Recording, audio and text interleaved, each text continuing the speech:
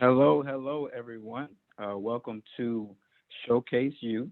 This is Class 2, hosted by Pharmacy Initiative Leaders. I want to first say thank you so much for your patience on waiting with us. We've had some technical difficulties, which is actually perfect because we're going to be talking about that as we go through this interview workshop. We have a really exciting event for you all, and please don't hesitate to ask any questions in the chat. We want this to be engaging as possible because this is really for you. So what we're going to start with is an interview workshop, some tips and tricks in regards to a brief PowerPoint of how what we feel are like the basics, and then we'll go to our panel and our amazing hosts in terms of getting a Q&A started of what are the actual questions that you may have and some sample questions that we have. And at the end, we'll go ahead and do breakout rooms to where you can really get more insight from these individuals, these amazing individuals who are all graduates of our Pills Coach program. I am Dr. Chandler Scheck-Snyder. I am a 2016-2017 Pills Coach program graduate. I'm currently the director of the ambassador community at Pharmacy Initiative Leaders, and I am the PGY1 Pharmacy Residency Coordinator at Michael E. DeBakey VA Medical Center. And so I'll start off this first part of our presentation with our objectives, which are going to be the number one, invest in preparation for virtual residency interviews. Number two, discuss with experts on how to effectively interview, which is going to be our panel. And then with our breakout rooms, we're going to engage with those said experts. Next slide.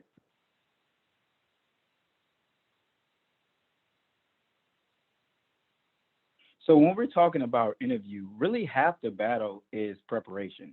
So preparation is key.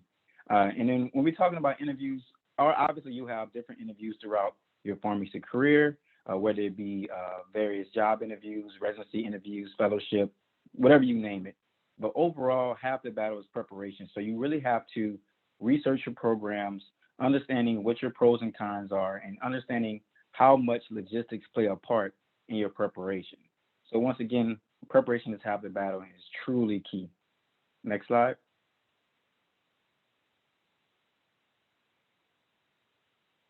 Also, what's really key is efficiency.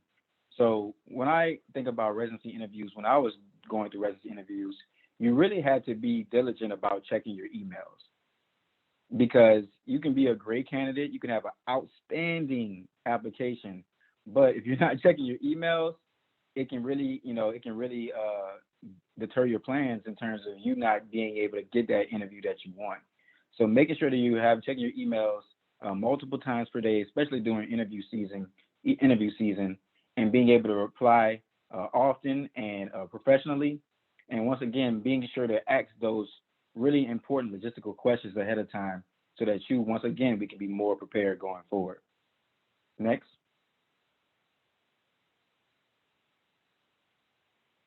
So internet. So I am a big component of this right now. I am having some really rare internet troubles right now, which is why you don't see my face. But that's why it's really important for you to, once again, check your internet connection, making sure that at baseline you're having at least 30 megabytes per second. I would say as high as you can possibly get it on your particular budget. And then sometimes there are outages, like probably what I'm experiencing right now. So it's always good to have your phone nearby so you can call in and complete the interview.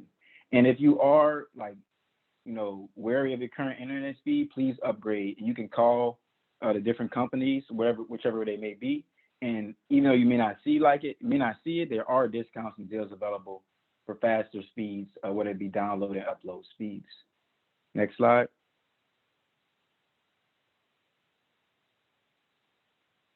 So once again, if you're having internet trouble, you want to come from a place with a solid connection. So some people will get a private room at a library. That's one example. One thing you can do is plug your Ethernet cord directly into your computer from your router. Close all your other programs in your background to reduce, the RAM and the memory space. And then also being able to turn off other devices in your home using that same network. Some of those things may help as well.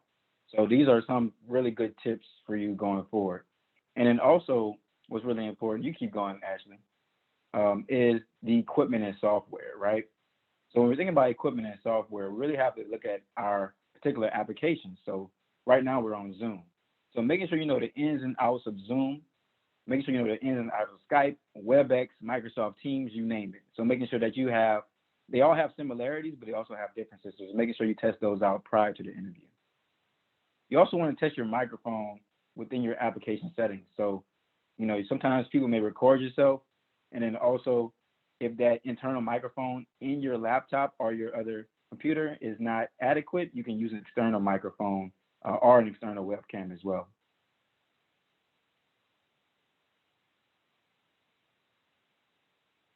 Yep, and once again, like I said, make sure you're testing both your microphone and webcam. Now we're going to go into appearance. So appearance is really, really key. So you definitely want to, be well dressed, making sure that you're avoiding any overpowering patterns and flashy accessories. We really want the attention to be on you. You don't want the interviewer to think about the interviewer is going through multiple interviews a day. Any type of distraction may be something that can really distract them from you, and you are the focal point of the interview, and that's what we want it to be. So making sure that you're, having your appearance as professional as possible. Some people like darker colors or solid colors, but for the most part, you can still showcase your personality, but you don't want to overpower and make sure that you don't have any distractions. Next slide. So also there's some discrepancies about backgrounds, right? So I read an article from careers.com that says, it may be ideal to recommend avoiding virtual backgrounds for interviews because it may come off as unconvincing, artificial. If you ever have done a artificial background, it can be fun, for certain events or just regular meetings, but sometimes it can be choppy, it can be distracting, and sometimes you can go in and out of the actual background. So I would recommend that particularly for interviews. So like a plain background is really key. And the question is, should you have objects in your background? You can, but you want to make sure some things that are relevant. You don't want, posters of R&B artists in the background. You don't want things of that nature. So you really want to make sure you have like maybe some degree frames, some bookshelves, a nice aesthetic. But for the most part, you really want the interviewer to focus on you. And that's going to be the bottom line for that. Next slide. So this is just basically a summary of this portion of the presentation, that preparation, efficiency, internet equipment, appearance, like I said, is really key and is a huge part of you being successful in your interviews. So as in summary, you can do a trial run, set up your camera and microphone, make sure your background is tidy, distraction free, dress professionally. Don't be like this guy, with the heart drawers on, boxes on. You definitely want to try to be dressed head to toe. One thing I told my proteges yesterday actually is that I like being dressed head to toe, even when I'm doing virtual interviews, because it makes me, makes me feel like I'm in the room. It makes me feel like I'm prepared and I'm ready to showcase myself so that you can do the same. And then once again, making sure you avoid hand gestures and because those things can stutter on the screen, especially if internet is choppy. Next slide. Don't be like this guy. So yes, you made it to the interview.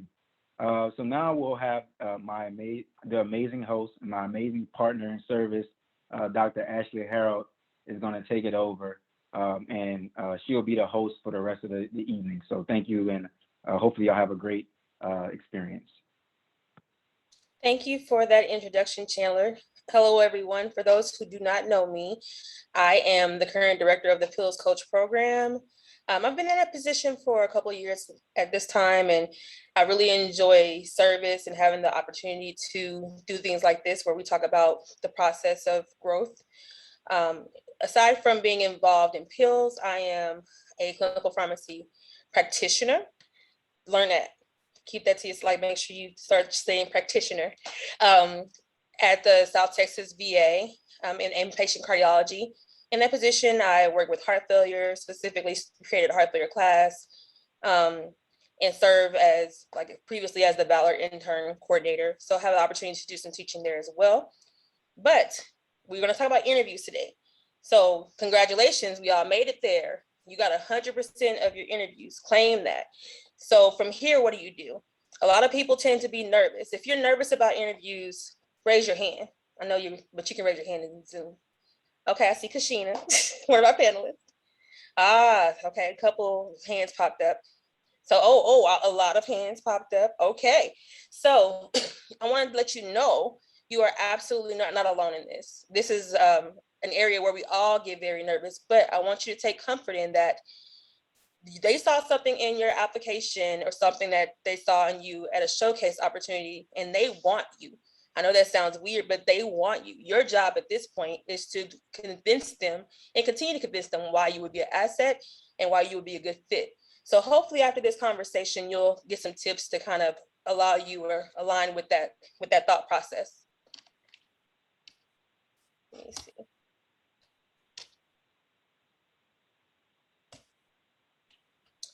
Okay, so first and foremost, again, they want you. So during this process and conversation, you want to minimize distractions. Believe it or not, everything is a distraction. Even my Christmas tree, as much as I love it, in an interview setting, it's a distraction. So make sure that you, plug in your computer, make sure you avoid it being shut down. Place your phone, your watches, any alarms in your home on silent during this time. If you live with others, make sure that they understand what's going on. Make sure your pet knows what's going on. You put him aside and make sure he's not there to cause any distractions. Make sure that you make eye contact during this interview. Again, this is from a virtual standpoint, so making eye contact is not looking at your screen. It is looking at the camera, ensuring that you were talking directly to the camera. Make sure you avoid excessive hand movements. I personally talk with my hands, but if you are flying in a plane, you're doing too much during your interview process and it can be distracting. So make sure that you keep your hand motions at a minimum. Avoid looking around and thinking about what you're saying, because again, that is also considered to be distracting. What do you want to bring to your interview? A lot of people heavily rely on virtual and tablets, but we really want to encourage you during this interview process to bring a paper and a pen, because you want to make sure that you take notes and they understand what you're doing. Make sure they understand what you're doing. So we recommend that you don't take notes on a device because it can be distracting. Make sure you have a calculator in case there's any clinical questions that you may need a calculator for.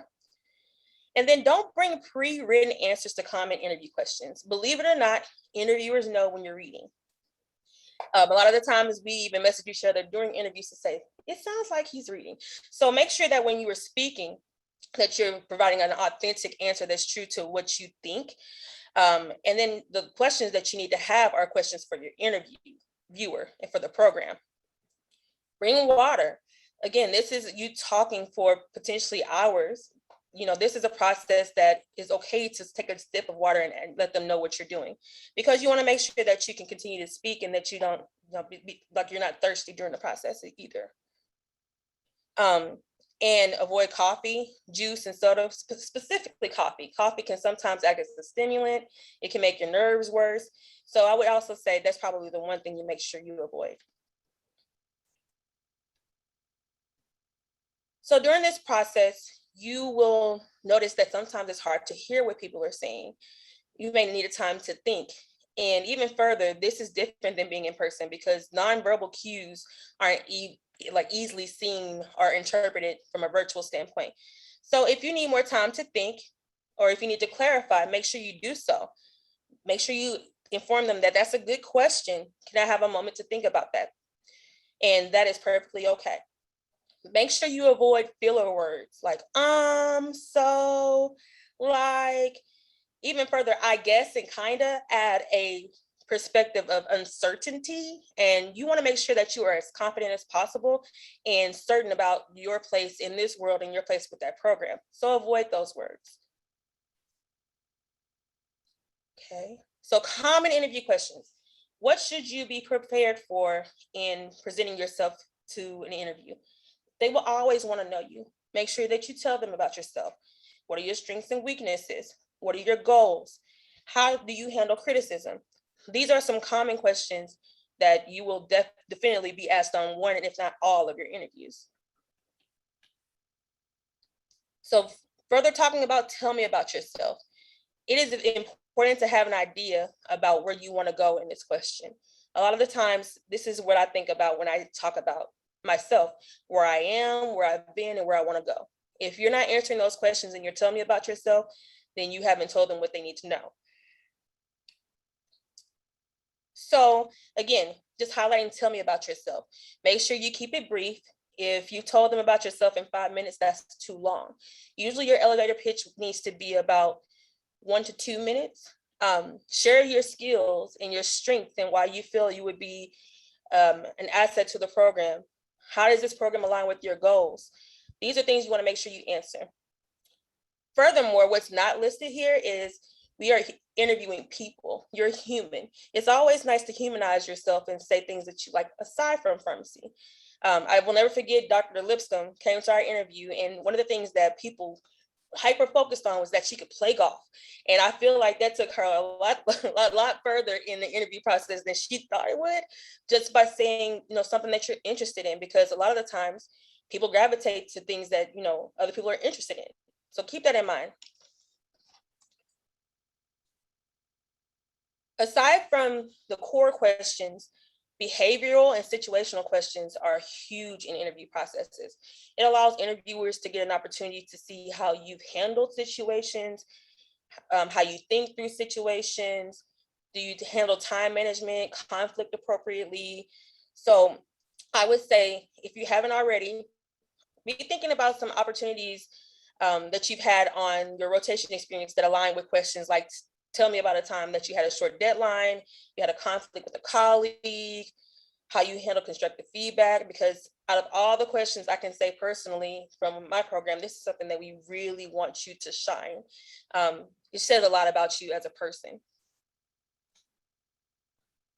And when we think about this, a lot of people get really apprehensive and scared about situational or behavioral questions because you need to be a storyteller. Everybody doesn't, present themselves as some grandiose storyteller.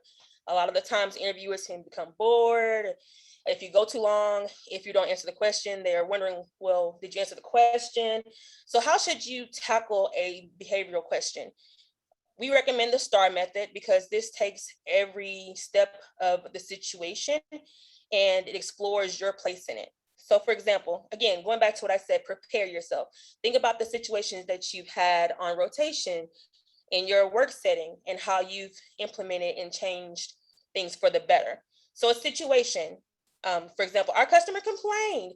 So this is the background information that you need to set up with the S, the situation. Task, what was the challenge from this situation?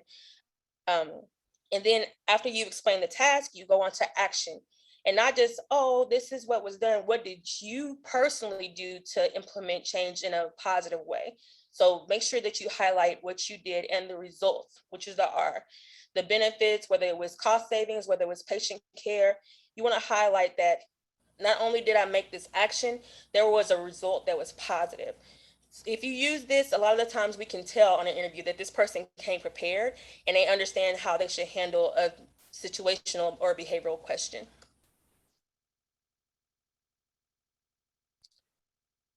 More tips. You want to make sure that you avoid rambling, that you're direct and you're concise. If you're not, again, going back to what I said with the STAR question, if you're all over the place, you will lose your interviewers. Unfortunately, like from a virtual standpoint, it is a lot easier to lose people. And you want to make sure you keep the momentum, that you keep the energy, and that you let your confidence shine when you're answering these questions. Use specific questions, even for non-behavioral interviews. For example, I am a person, for example, what is your weakness? This is something that I struggle with on rotations. I've noticed this within myself. However, going forward, I have done X, Y, and Z to improve that. Make sure you give examples of the things that you're doing to improve your situation, even if it is a weakness.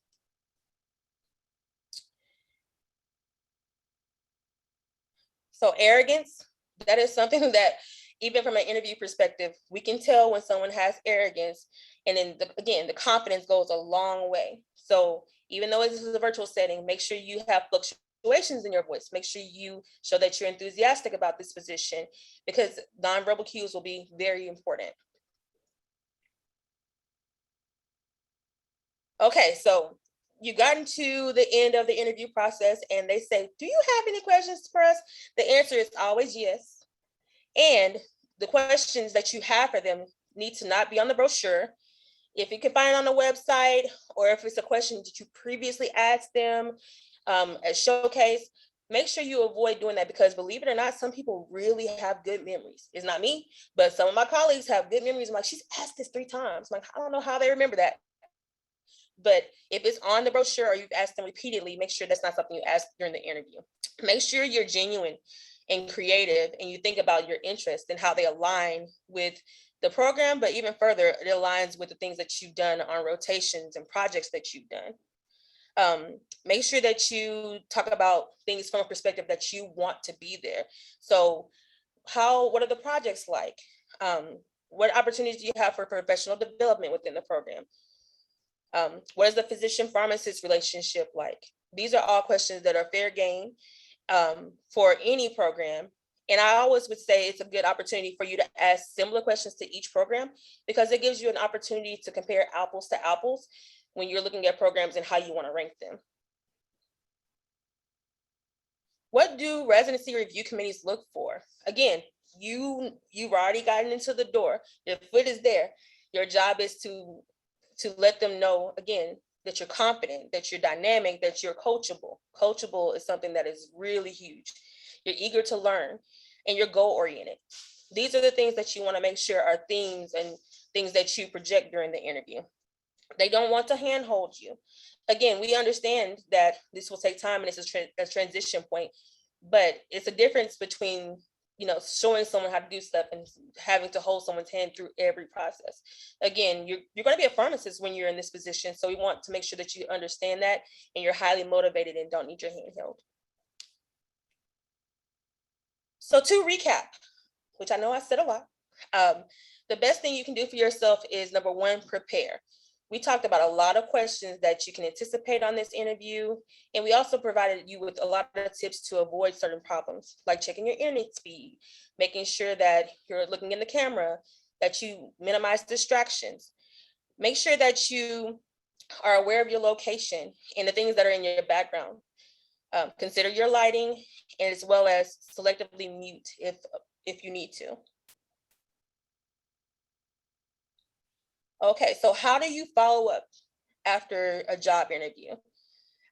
Make sure that you send an email or a thank you card. I don't have a preference for one or the other, but you want to make sure that you do it as soon as possible. So within 24 hours. Mention anything that you forgot to say during the interview, or if they asked you a clinical question and you were unsure about it, this is an opportunity to say, I looked further into this and this is how I would answer that clinical question. Remind the interviewers why you're qualified. Again, I really enjoyed being on an interview and meeting everyone. I possess characteristics of,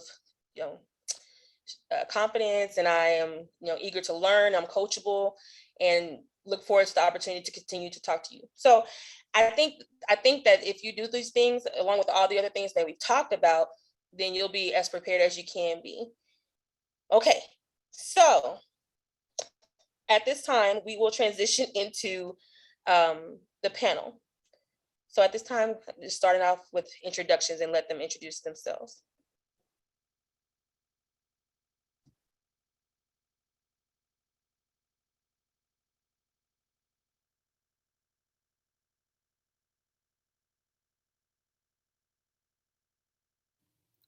I'll go first, I guess. So my name is Kathy Madungai. I am a class of 2020 PILS protege class. So I graduated from Pitt in 2020. Last year, I did a PGY1 residency at Nationwide Children's Hospital. It was a community-based program. And then now I'm currently at Texas Children's Hospital. So I'm doing a global health pharmacy fellowship. And I can popcorn it to Mitch if we're gonna popcorn it. Oh, or Opie. Opie. Obi, Hi. okay. Yeah, thank you. Hi, everyone. My name is Opiemi Ibrahim. I'm part of the 2021 PILS graduate. So I just graduated this year, and I'm currently completing managed care residency at Involve Pharmacy Solutions in Tampa. Thank you, Opie. Maya, okay. Sorry, it's too early. Hi, everyone. My name is Maya Harden, and I am a 2021 PILS Protege graduate. I also graduated from the University of Louisiana Monroe with my PharmD, and I'm currently a PGY1 pharmacy practice resident at the Michael E. DeBakey VA Medical Center in Houston, Texas.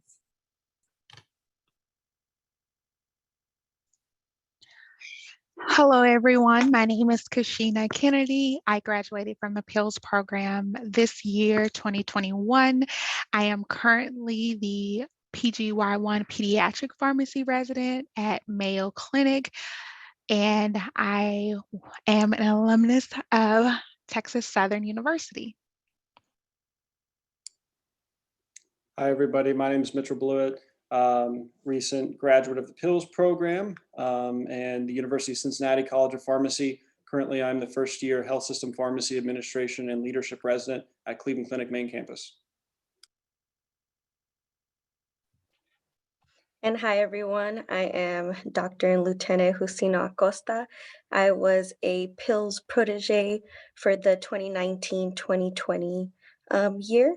I did my PGY1 residency last year with the Albuquerque Indian Health Services and commissioned into the U.S. Public Health Service, where I now work with immigration in Arizona. Thank you. And I graduated from UT Austin, so go Longhorns. Okay, thank you, panelists, for that introduction. So again, if you have any questions, make sure you drop them in the chat. We will get started, however, with one of my questions, because I have several questions about interviewing. And this question will be directed at Dr. Kennedy. With interviews being virtual, how long would you expect them to be? What is a typical interview day like? I think it's program dependent. I had interviews that were half days, so we started around 8 and ended around noon. I have had interviews that were full, maybe 6-7 hours. So we took a break for lunch on our own. They stopped and we resumed back. I think it would just really depend on the program. I would prepare for a full day. So when you're planning out your interviews, I wouldn't schedule 2 in one day just because you don't know. It is program dependent, but I will prepare for a full day and hope that is less, but also keep in mind that you do have to account for all time zones. So it will sometimes start earlier in the day than normal. So just keep that in mind, but I would prepare for a full day, just like an in-person interview. Thank you, Dr. Kennedy. Okay. I have more questions, so I will continue to direct them. This is a great question. If you could do anything different for interview preparation, what would it be? Dr. Manangai.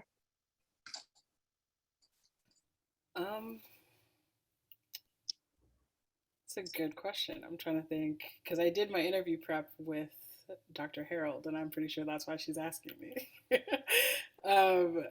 But honestly, I'm not sure what I would do differently, because I guess I'll explain what I did. I had two really great people. So I had Dr. Harold and Dr. Liscombe. They asked me questions and they would grade how I did the questions. And I guess actually, no, I can think of something. So we did that like a multitude of times. We probably did it 3 to 4 times before I actually had my first interview. So by the time I had my interview, it was like, like I'd been talking about myself consistently for the past 2 months. It didn't feel too weird. But something that I did, or I feel like I did this past year applying for second year programs, was that I would record myself answering a question that was like common. Because you all think that like what you sound like, but most of us don't really know, the inflections in our voice. Sometimes like things that we say, you might sound a little too cocky or you might sound unsure. So I recorded my responses and then listened back to it, and more specifically, my about me answer. So that was really helpful because it helped with timing. It helped, gauge, like I said, my inflection. And then also it's something that like people find really weird, and it kind of helps you get over that like, oh, I hate hearing my own voice, because you're probably going to have to hear your own voice at some point during residency in a recording, or if you go to mid-year you have to record for your poster. So I would do some recording of my answers. I would have done that my first year. That is great feedback. And that is a great suggestion, especially now that we're in a virtual setting. So I recommend, if you haven't done that, to try to do that. Thank you, Dr. Manangat. Does anybody else have any feedback or any thoughts that they wanted to share?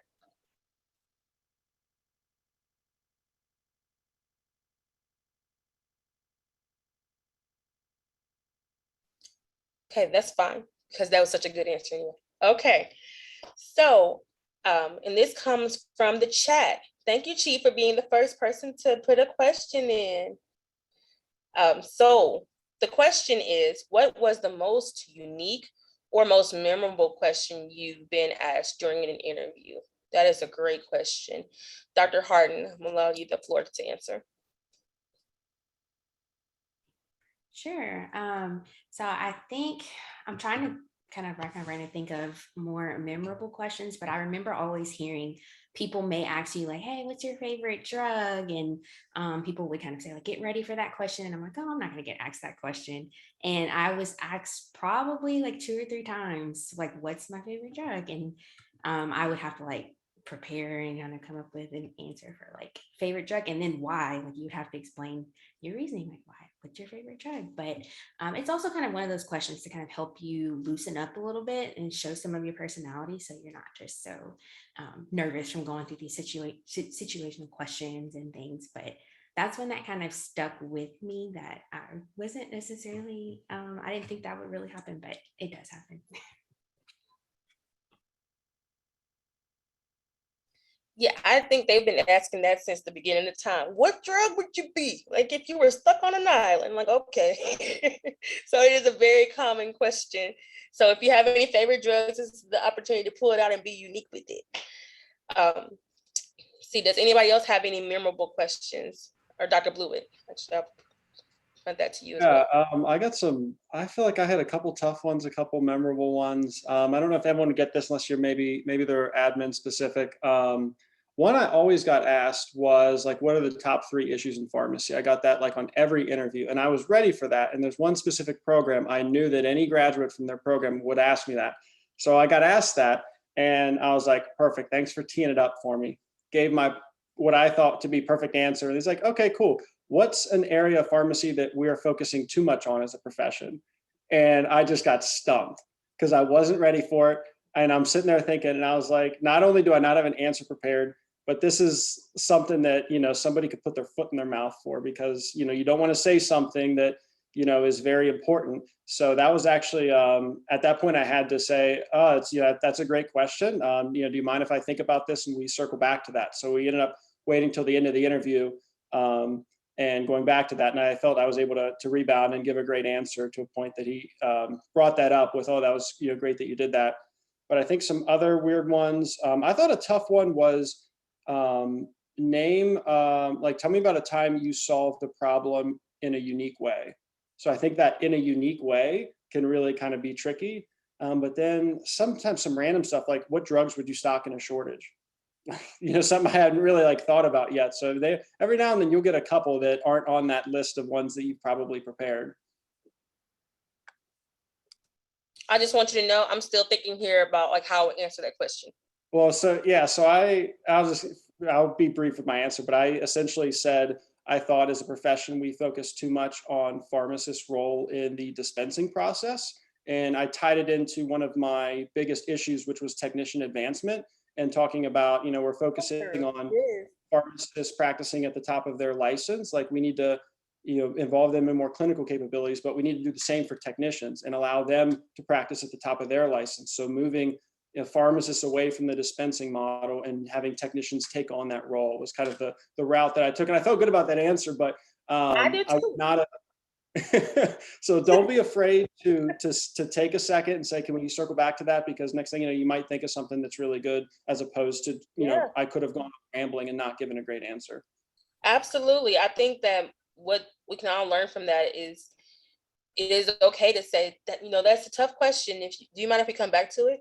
I have had to do that in an interview as well. And a lot of people instead will sit there for like 2 minutes. I'm like, okay, and then your interviewers have to say, do you want to come back to it? And so make sure that you continue to drive, because this is a conversation. This is you driving the narrative. So once you do that and put that in someone else's hands, it becomes awkward. So it's definitely okay to do that and say, can we circle back to that question? Because you're in the driver's seat. Okay, that was a really good statement. I'm glad I called on you. Okay, do we have any other messages in the chat? Let me see.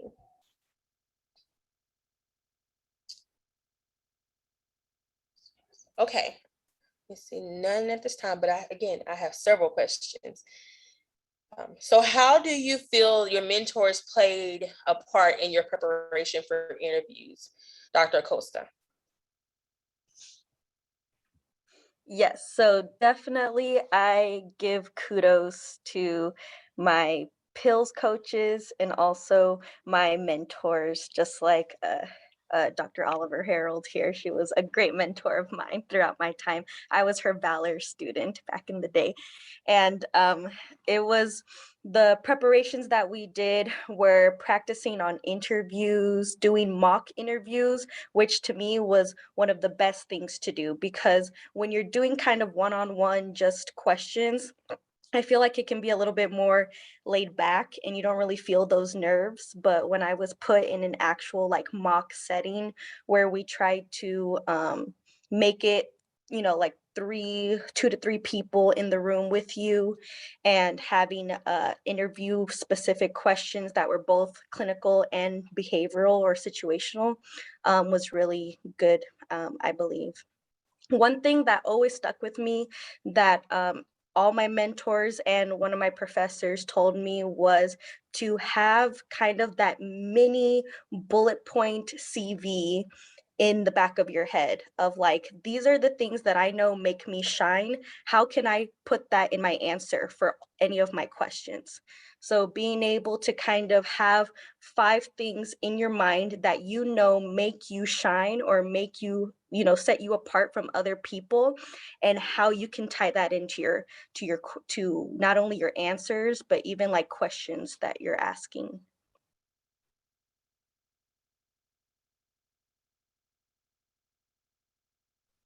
Awesome. Okay, so we're going to take the last couple questions from the chat and then we'll go into our breakout rooms.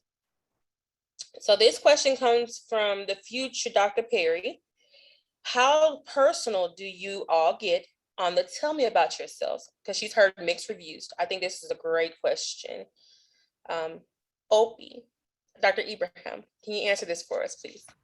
Yeah, I feel like the tell me about yourself question is a great time for you to shine and to really talk about your actual self. Like the interviewers actually want to know what you've been doing and how that's going to pertain to, their residency program. And so for me, I actually kind of got pretty personal. I started off with my experience of like doing high school in Nigeria and how that kind of shaped me to want to be a pharmacist, and how managed care tied into the role. And then I also gave some explanations about, what I did outside of pharmacy also. So for me, the tell me about yourself, I feel like was one of the things that actually made me shine, because I actually got to talking about myself. And the whole point of the interview process, I feel like, is just to get to know you. And that's just a really great question in general to start off.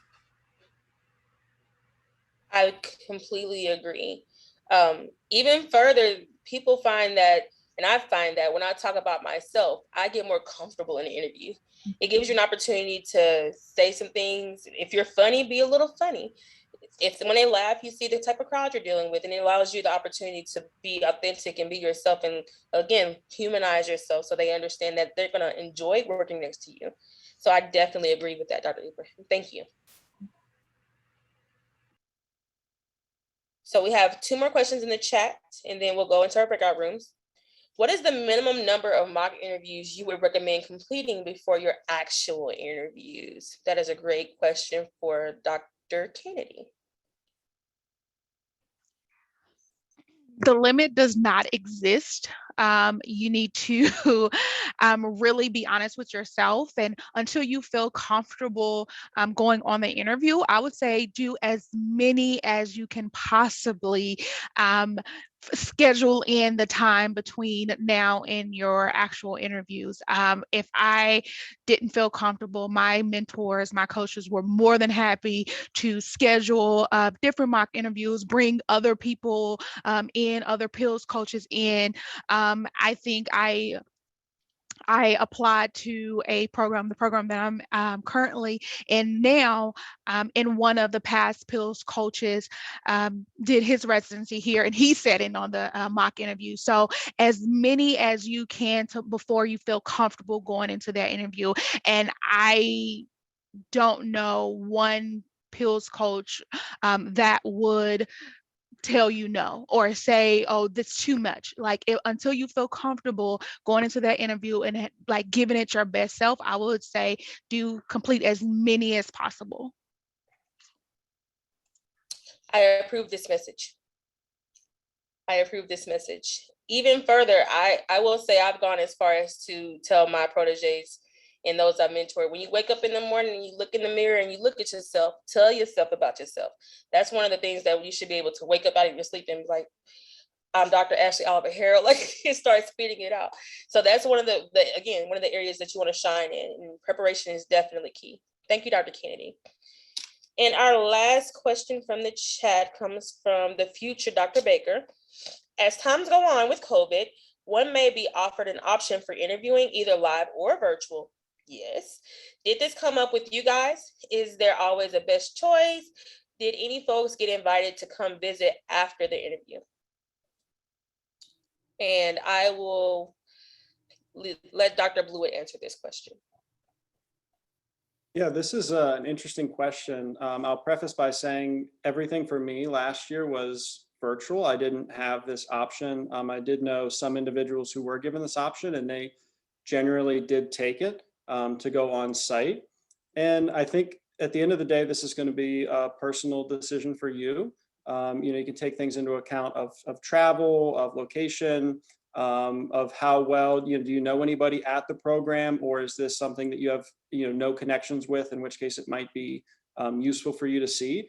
So this is, I think, going to be just on a case-by-case example, as well as your comfortability with traveling right now, especially with, everything going on with new variants, booster doses. So I think there's a lot to take into this. But for example, if this is a program that is in your city and would be easy for you to travel, that would be fine. But if if it's somewhere you work and it's, you don't think you're going to take anything away from it, then I wouldn't.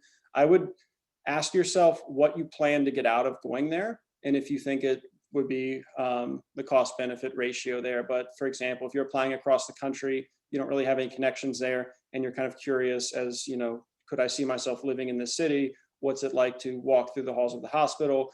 As well as there's also that potential that you might get, potentially have a better interaction with them, potentially maybe even an unfair advantage going on site. So that's something that I think programs need to consider when they're offering this, is if you have somebody on site and can interact with them all day, potentially that might be an advantage for them. So that would be something to consider as well, especially if it's a program you're really interested in. But I think it's something you just have to be honest with yourself and take on a case-by-case basis.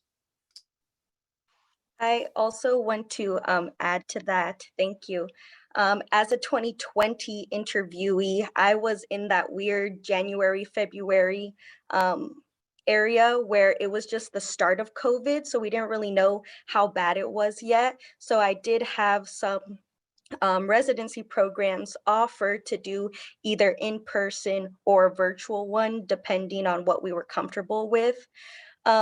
Based on what I learned and what I was really seeing it from an interviewee and an interviewer standpoint, if I see that the person that is being interviewed is making an effort to come in person, that's already like an A+ for me. Like that's a point.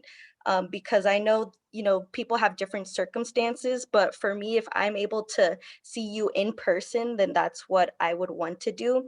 I did have one instance where I actually had an interview with a program that was really top on my list, but all of the dates that they had interviewed with other interviews that I had. So I was like, oh my gosh, what do I do? And so I just told, and they asked me if I wanted to do in person or virtual. And I just told them, can I do a virtual interview?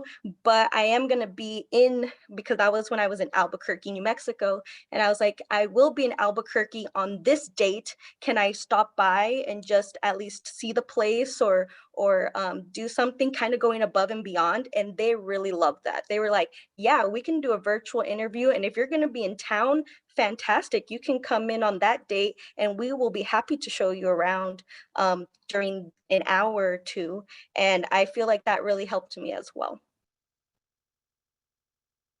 That is a great point, Dr. Acosta. She's being 100% in that she for sure likes in person. I still remember her as a Valor student driving from El Paso to here because she didn't want to do a virtual interview. I will say I definitely agree that being in person, if you have the opportunity, especially if it's a local interview, mask up, be safe, but there's nothing like seeing people face to face. We've all kind of gravitated to, the beauty of that since we haven't had the opportunity. So if you have the opportunity, please take advantage.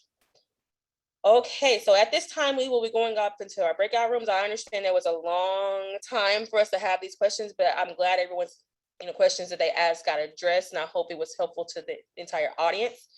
But you now have the opportunity to go into breakout rooms and ask our panelists specific questions about their programs, their experiences, especially for those who may not like to ask questions on demand in front of everyone. So at this time, we will go into our breakout rooms, and I hope you guys get what you need from it.